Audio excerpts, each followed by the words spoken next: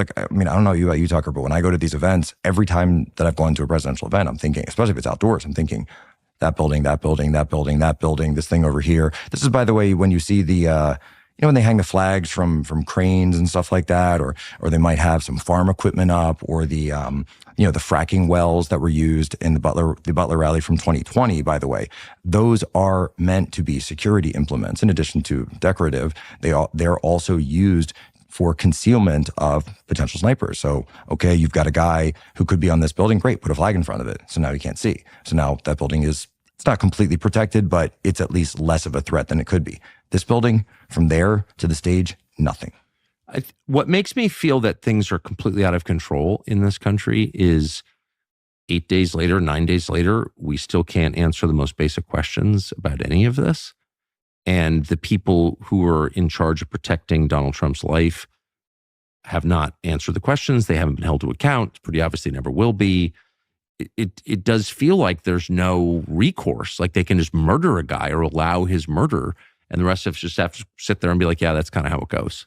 Like that's not the country you want to live in at all. That's not the country it was 5 years ago. What is this? We've held one FBI briefing.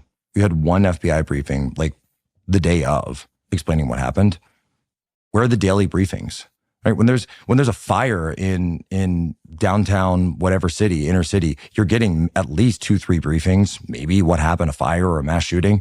Okay, where's the day 2 briefing? Where's the day 3 briefing? Where's we brought the parents in for questioning. By the way, I left this out. One of the things that he was searching, Ethan Crumbley. Do you remember Ethan Crumbley? No.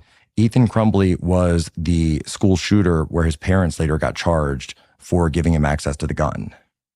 So in this situation, his parents also gave him access to the gun.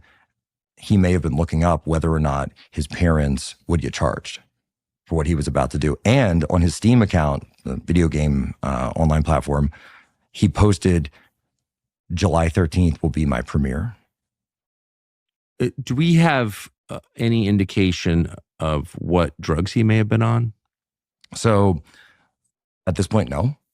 Total radio silence. However, both of his parents were behavioral counselors licensed. So certainly people who would have access to all the finest SSRIs, antidepressants. So there does seem to be a connection. And there were some searches found on him for major depressive disorder, which is an actual set phrase. That's not just, I'm looking up about, like the average person might say, hey, I think I'm depressed. What are the signs of depression? What are the symptoms of depression? But someone who knows that set phrase, major depressive disorder, like, oh, I don't know if your parents were both behavioral counselors who had access to doctors, access to these type of medications, you might know to use that phrase.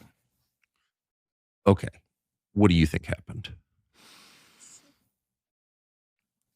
Tucker, there's one thing to go off the evidence, right? And there's one thing to go and sit there and say, okay, this is all the evidence we have. None of this adds up.